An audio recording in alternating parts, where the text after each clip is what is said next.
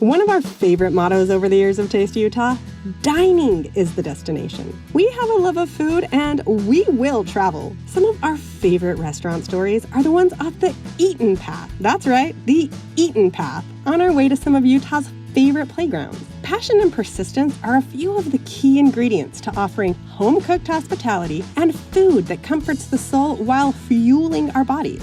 And Eureka! We've found another restaurant infusing this level of care into their menu. This week on Taste Utah, we're revisiting a few of the most delicious places in remote locations like Ivins, Boulder, Hannah, and introducing you to the Cast Iron Bistro in Eureka. Co-owners husband and wife Kyle and Natalie's labor of love is heating up in popularity. Kyle's also the chef, and his mission is simple, handcrafting everything. This week, we're reminding you that you can find restaurants offering a truly unique and unexpected experience while on some of the most uneaten paths in Utah. Taste Utah is always bringing you local flavors from seeds to our authentically Utah restaurants. Behind every good food story is a great people story. It's our farmers, artisans, chefs, restaurateurs, and hospitality professionals that make Utah a dining destination.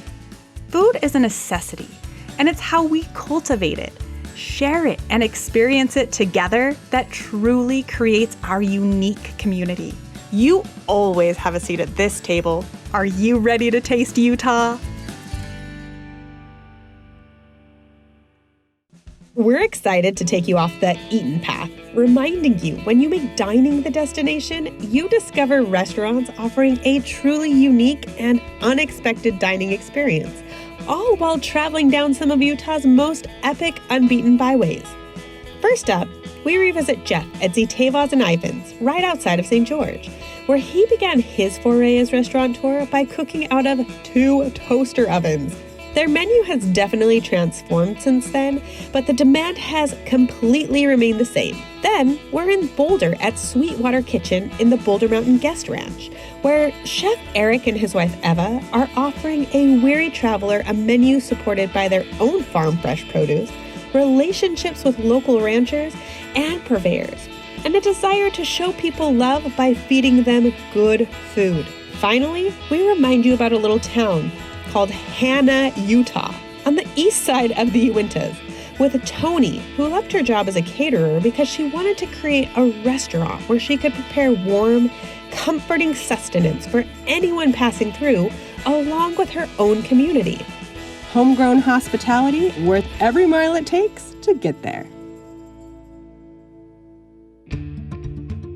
This original building behind me was built by a gentleman by the name of Daniel Pettigrew. He's a true artist. He's got this great story about how he woke up in the middle of the night and had a dream of the way those rocks were supposed to look. It's actually 11 rocks brought in from the base of the mountain. That's how the building started, and they built around the rocks. He did all the hand carvings on the front doors, all the little corbels you see around the place. And 7 years later, after running it as a gift shop, he was just kind of done. He wanted a new creative endeavor. And I was looking for a place, and things ended up working out, and I took out a $25,000 equity line on my house. No money for advertising, no money for equipment. The place had no kitchen, no storage, like nothing. And we just started. I would go to the grocery store every day, bring some food here, and I would just start making food and see what people liked. This is one of the very first drinks we ever came up with. It's called a Royden Lemonade Supreme. Back when we had no customers and a lot of time on our hands to experiment, we started blending lemonade with a few different things, and we had a mint garden growing out front, so we threw in some fresh mint, added a little bit of vanilla and coconut, and blended it up. And the drink is named after a gentleman by the name of Royden Card, who is a Utah artist. Used to have a studio here. This one appeals to the people that love to come in here and really relax in the desert. This is the same drink, except we add champagne. We do breakfast every day, 7 days a week, and then our lunch and dinner, we do the entire day as well. All right, that's actually one of my favorites. It's a pork tenderloin, grilled with a veal demi-glace, some shoestring potatoes that we dust with a little bit of garlic and Cajun seasoning, some microgreens from just right down the street, and fresh raspberries and goat cheese. Yours is a wild-caught sockeye salmon. The sauce is a lemon dill caper sauce. To be in this place, it does feel like sacred space. The landscape and the architecture are almost synergistic in where the landscape is the star of the show. It's not like you see these big, elaborate houses. And it's the worst competition to have because we have to live up to it.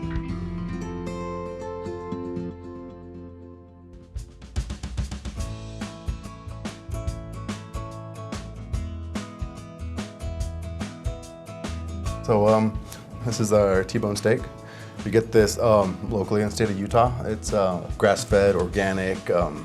It's really best steak you ever raised. had. Oh, yeah. Then here we got our stuffed sweet potato, spiced black beans, topped with guacamole and pico de gallo, ancho cherry sauce underneath, and And it's completely vegetarian and vegan. so in Eva we got our it's a duck confit taco, topped with goat cheese and some pickled red onions and some cabbage as well. Here's our trout taco. This is one of my favorites. It's beer battered trout. Local Utah red trout with cabbage, homemade tartar sauce, fried capers, cilantro, and red bell peppers. And this is our pork belly. This pork belly comes from Anderson Family Farms up in northern end of the state. And we make apple butter from our own apple trees, served on top of that with cabbage and fennel. And then also the masa is organic, the corn flour, and they're all handmade, so they make them to order. Yeah, we make them to order every time. So they're not from a package or anything. It's just all just put on the grill before you order it. Yeah. The back of the house. Yeah. Yeah. Yeah. Exceptional. Yeah, and the same with our hummus and our focaccia bread. Everything we do, we hand make, and we don't we never open a can or anything like that. We pride ourselves in just starting from raw ingredients and turning into excellent food. Yeah, and we're really lucky to be where we're at. Even though we're in a high desert and the climate is a little unforgiving, we can still grow a lot of produce. This year, actually, we expanded the garden by 5 times. So that was like a big thing for the guest ranch and the restaurant. So this year, we got just a ton of produce. Every day, our gardener was bringing us buckets and buckets of produce, and we were just ecstatic, you know. You can just taste the sun and the water, and there's nothing better than fresh grown food, and we're so grateful to be able to do that. Yeah, what I love about it, it incorporates all 5 senses. And I don't know any art form that does that. And also you're nourishing people, taking care of people, and it's one of those things that are just it's so primal. Everybody needs to eat, and if you can show somebody love in how you take care of their food, I think that's a great way to go about making your day.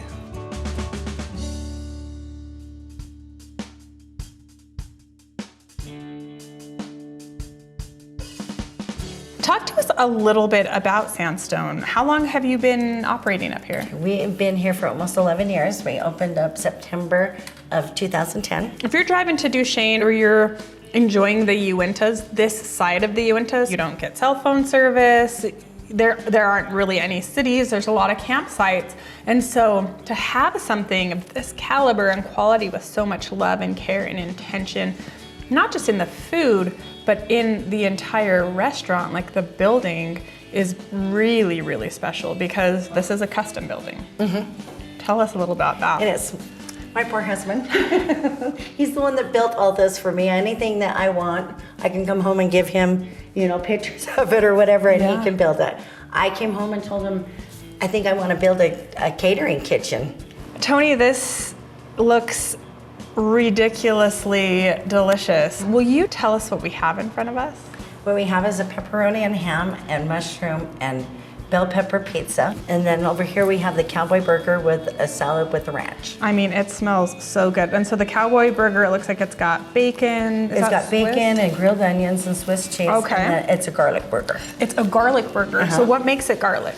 I put fresh garlic on it, and I put a little bit of granule garlic on top of it while we're cooking it. And then it has the grilled onions, bacon, and Swiss cheese, and then barbecue up on top of it. You're celebrating so many things here. You're celebrating the land. There's beautiful photography and imagery of horses. There are antique things hanging around. And I chose Women of the West. let's talk about that. Old That's Women special. of the West. So this whole building celebrates just the female Western experience. All these women, they were all a part of the Wild West show. The main girl was this lady over here, which is May Lily. Yeah. She's the one that incorporated, it basically got all of these women together. They were all like soiled doves. They were tired of being, ripped off for their money. So they all started this Wild West show, which they were all trick writers. They're sharpshooters. They've got a lot to them. They are like the remarkable women of the West that have sort of pioneered and modeled for us what women can do and what women can be. And that's something that's really unique that you're doing as well. I mean, you're a one-woman operation up here, so you're putting the passion in the food because you're literally cooking in the kitchen, but also people seat themselves in here because you'll come out or somebody will come out and say, hey, what can I get you? And that's also a very special experience. So this is the house that your husband built and your mom holds the glue for it, but you are certainly providing the heart and soul. It is. I love this place.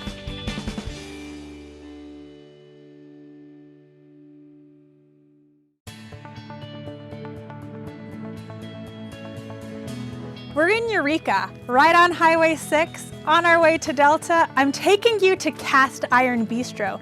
I was driving through on my way to Great Basin and saw this adorable storefront. You yourselves have been asking us to stop by Cast Iron Bistro for at least a year. We are here. We're about to meet Natalie and Kyle. They're gonna introduce us to some really delicious, home-cooked, good food. Natalie. Hi, welcome, Katy. Thank you. It is so charming in here. We're really excited to have you here today. Oh my gosh, so excited to be here. I mean, people have been raving, Katy, you've got to come to Cast Iron. The food is amazing, hospitality is incredible. It's a little bit of a drive, but we're all about dining destinations on Taste Utah, so can't wait to taste some of the food. Kyle's waiting at the table for us. Awesome, so can't wait to meet come him. this way. So tell us what we have in front of us. Okay, so in front of you, we have our seasonal French toast. Okay. That this week is going to be caramel apple. And then what do we have in front of? Our cast iron patty melt. Okay. Garlic upon garlic, made on our house-made sourdough with our house-made pickle. The potato salad. Okay. In front of me, we have smoked brisket French dip. How long are you smoking that meat for? About 20 hours. Beautiful au jus. Yes. And then what's the accoutrement there? Looks like baked beans. Oh, Baked beans, how yep. cool. And it's not your traditional baked bean, it's not sweet. Okay. That's heavy on the vinegar, heavy on the mustard. Yeah. Does it have bacon in it or just No baked bacon, beans? no Okay. bacon. I wanted to leave something that we could, give to somebody if they didn't want a meat option. Yeah, I love that. I think that's so special. So- What is this almost looks like a French country loaf. So it's a brioche. Oh, brioche. That's actually what I use for the French toast. Oh, how wonderful. So we're house making that as well. Okay, house making the brioche. Out of sourdough. Sourdough again. Sourdough. And then it's like you've put this mac and cheese in front of all of us because you know that I'm going to have to stick a fork in it. Of course. You got to do it. And tell me what this is. Smoked pork. Smoked pork. Yes. And so you're smoking the pork again. How long are you smoking the pork? I do that a little bit less time. I want it more of a sweet smoke, so I go about 8 hours. And then you're doing baked goods. Yes. It's our cinnamon roll. It's so good. Again, made out of the sourdough. We also do coffee cakes. And then not quite baked goods, but we're also doing house-made fudge. Talk to us a little bit about your history as a chef. You've been in the industry for some time. I've been in the industry since, almost 20 years now. Okay. Yeah. I actually got my career going for a little, I was helping one of my friends out here in Payson at a little Thai restaurant. Cool. I actually moved to Seattle where I worked at a bar for like 8 months. And then where do you feel like you got the bulk of your training? A lot of that came from a few pubs in Salt Lake, McCool's. McCool's, awesome. Yeah, I worked there for almost 7 years. After that, I was lucky enough to get in with the Waldorf. Okay, the Waldorf Astoria, up in Park City. Up in Park City. Transferred over to Sundance from there. Okay. And spent quite a few years working at Zoom. Okay, right on Main Street, Park City. Main Street, yeah. Yeah, the Sundance group is so phenomenal. It's interesting because we'll sit with Orem chefs, we'll sit with Park City chefs or restaurateurs. So many of them got their start at the Tree Room, at Zoom, and it cultivated this young generation of chef to also be business minded as well, so that you could become chef owner if that's what you chose to do. Exactly. Yeah, it was always a dream of mine after working with a few of the chefs there. It's just like, let's do this on my own. You have these little incubator spots, but what happens there is training and education and passion. Exactly. And then you get to open something like this in Eureka, which Eureka is off the beaten path. I mean, I drove through here on my way to Great Basin, and I saw Cast Iron Bistro, and it was just so cute, and I had heard so many things about it. The food that you're creating is phenomenal. I mean, scratch made. Scratch made. This far away from like an urban city is really phenomenal. He just really loves to do it. Yeah, it was something that was put into me while working with Sundance, is really taking the time to do it from scratch. I've always wanted people to be able to come in my restaurant and just feel like they're at home. And that's how we treat them. Everything here is just married so well together, and it like feeds each other with it, which is so cool. So you have like the starter that feeds the sourdough, and then the sourdough actually is what you use for your bread, and then the bread is what creates the sandwich, and it's like, it's this beautiful symbiosis that you have happening in here, and it really is wonderful. I tell you what, like, you bottle this and sell it at the farmer's market, and you would be set. Farmers markets, we should do that. Totally. Should we pop back in the kitchen and make Absolutely, something? yes. All right, awesome. And we'll leave you here to look after the food. I'll go after. Yeah, okay. It better be all gone by the time we get back. We'll bring more. Yeah. Okay, awesome. All right, Chef Kyle, so what are you going to prepare for us back in the kitchen? So today we're going to prepare, we're going to feature an item off of our brunch menu. Okay. It's our smoked brisket hash. Smoked brisket hash, and this is what you're serving up on Saturdays. Saturdays. Awesome. Yes. So one of our actually most popular items that we do. I love it, and I love how you're using the brisket in multiple ways. Yeah. So this is wonderful. So what do we start? We've got our cast iron skillet. We got a cast iron skillet Okay. on, have a skillet for eggs. Okay. We're going to go with our potatoes into our little fryer that we have here. Okay, frying the potatoes right away, and then Yeah. what kind of potatoes are they? They're just a russet potato. A nice russet. Okay, love that. And we're going to get our sourdough bread. Sourdough bread that you make in house. Yes. Lather it up with a little butter. Yes. We're just going to get that right on our flat top there. Nice. The sound of butter meeting flat top is maybe one of my favorite sounds ever. Probably one of the best things in the world. Second favorite sound, potatoes being fried in deep fryer. And we have our vegetables. Okay, love it. Ooh, Just some beautiful Anaheim medley. peppers. Yeah. And some bell peppers. Love it. Okay. Those are bell peppers. They are not jalapenos. No. No. Beautiful. You got a little white onion in there, it looks like, as Yes, well. little white Cooking it onion. in the cast iron because the cast iron just provides such rich flavor. It really does. Good browning. And just some oil over the top of that. Yeah, just a little oil just to keep it from sticking. Nice. And here's our smoked brisket. Smoked brisket goes on right on top of the Right on veggies. top. We're going to get it nice and hard. Beautiful. We want that nice sear, that nice crisp. Get some seasoned chef flippage going on. I believe that's the technical term for that. Flippage. Salt. Love that. Salt over the top. Got to salt everything. Pepper. Little pepper. A chef measurement. I always love that too. Right. Now we're getting this this other pan prepared for our eggs. eggs, Yeah. Which are a farm fresh egg, actually. Farm fresh. Yes, Love I do that. have a local supplier. Okay. We're looking at expanding out next year and using more local. So you're frying those eggs properly. There's plenty of oil in there Plenty to of oil. fry it from top to bottom. And are you cooking those to order? Do you like to serve them only sunny side up? What's So your... I took them to order. Okay, cool.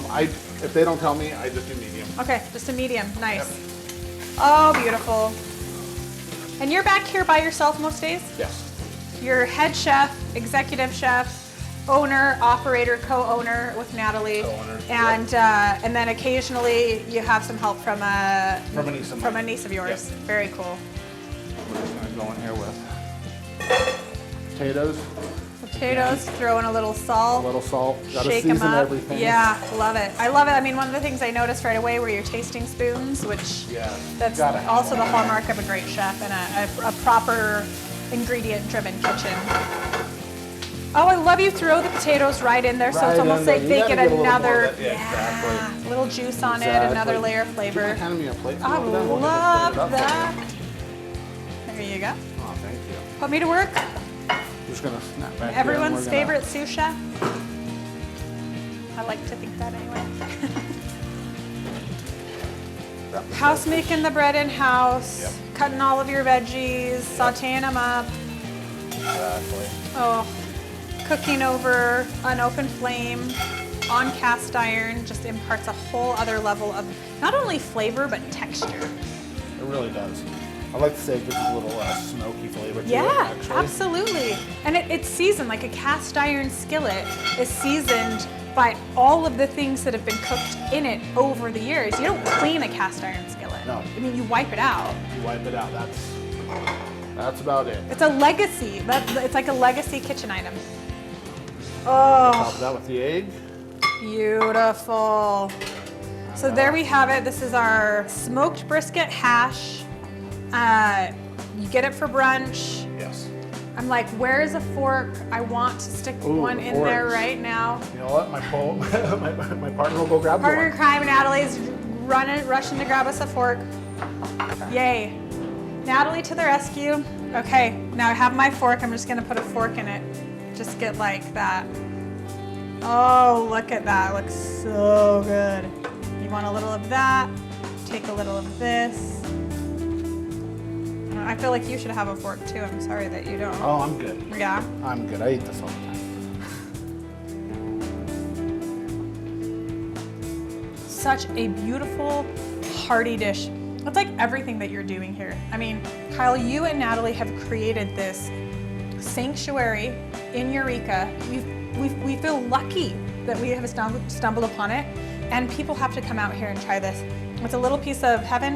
It's a little taste of love in your heart and Natalie's heart, and just homegrown hospitality. And we feel very lucky to be out here. oh my gosh. Love it. We're lucky to have you as a part of our restaurant family, and I'm gonna take this, I'm gonna drink some more of that hibiscus lemonade, and I'm gonna enjoy my morning. Excellent. Please. Thank you, Kyle. Thank you.